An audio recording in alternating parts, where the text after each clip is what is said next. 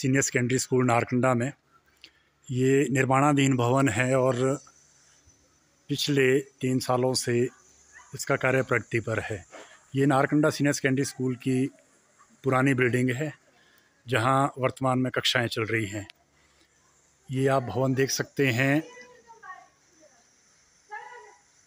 लगभग इसका कार्य पूर्ण हो चुका है। थोड़ा बहुत इसमें काम रहता है, जैसे पेंट प्लास्टर वगैरह या सैनिटरी वगैरह का।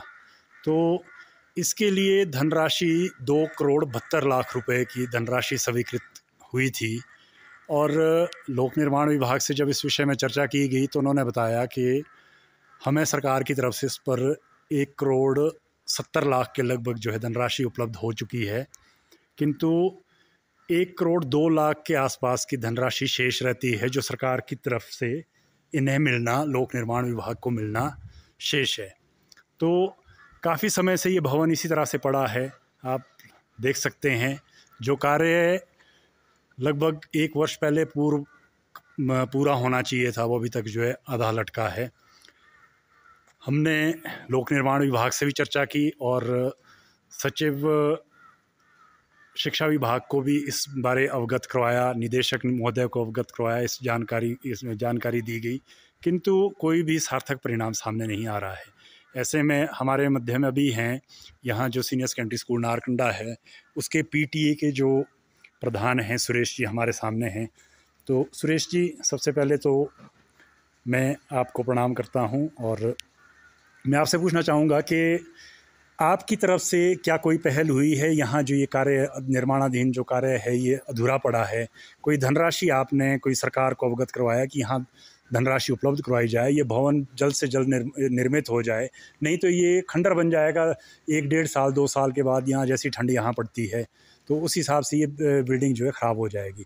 तो आपकी तरफ से, आप पीटीए के अध्यक्ष हैं, तो क्या आपने सरकार से कोई मांग की और सरकार की तरफ से कोई इसका जवाब आया है? सरकार की तरफ से हमने अपने विधायक कुलदीप राठौर जी को ये लेटर दिया था और अपने डायरेक्टर साहब केर सिंह खाची साहब को, उनको भी लेटर दिए थे जी। और अभी तक उनका कोई जवाब नहीं आया। हमारे को 1 साल से ऊपर हम इनके पीछे दौड़े हुए हैं, कोई जवाब नहीं आ रहा हमारे लिए। इस तरह से तो ये यहाँ लेटरिन के पर इतने बुरे हाल है कि बच्चे लेटरिन करने नहीं जा पा रहे हैं। तो हमारे लिए हमने बोला था कि मैं कहा चलो बाकी तो कुछ ये हैंड ओवर हो जाए बिल्डिंग, तो कम से कम ये बिल्डिंग खंडर होने से तो बच जाए अब।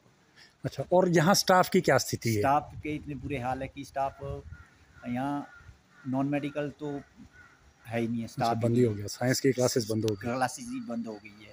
नहीं तो बच्चे आ जाने थे, इधर उधर से आ जाते, तो यहाँ स्टाफ ही नहीं है तो बच्चे कहाँ क्यों आए। जैसे सर्दियाँ आ रही है तो क्या लगता है आपको इन सर्दियों में कैसे यहाँ बच्चे कक्षाएं कैसे चलेगी? यहाँ व्यवस्था क्या है सर्दियों में?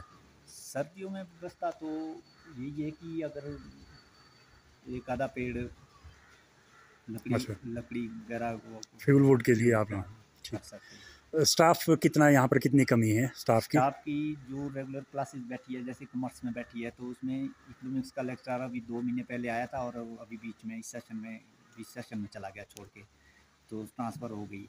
ये कोई वो नहीं बना, तो कम से कम अपना टर्ने तो पूरा काटे बंदा। चलो, तो इसके अभी सरकार ने कोई वो नहीं, ध्यान नहीं है कि ये बंदा टर्ने और काट रहा है कि नहीं काट रहा, कोई मतलब बेड़ चाल चला रखी है। चलो सुरेश जी, बहुत बहुत धन्यवाद, आपने समय दिया।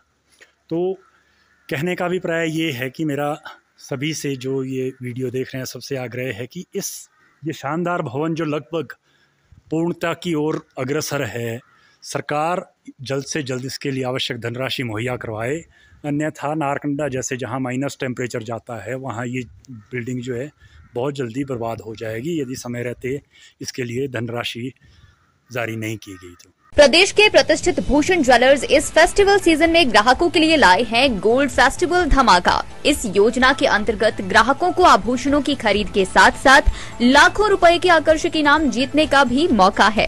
इसमें पहले इनाम के रूप में 100 ग्राम सोने का सेट, दूसरा इनाम 50 ग्राम सोने का सेट और तीसरा इनाम 25 ग्राम सोने का सेट है। इसके अतिरिक्त आप जीत सकते हैं 25 चांदी के गिलास, 25 चांदी के कटोरे, 25 गणेश व लक्ष्मी की मूर्ति और 25 चांदी के सिक्के। इतना ही नहीं, हर 50,000 की खरीद पर आकर्षक उपहार भी दिया जा रहा है। योजना 15 अक्टूबर से शुरू हो रही है और 15 दिसंबर तक चलेगी।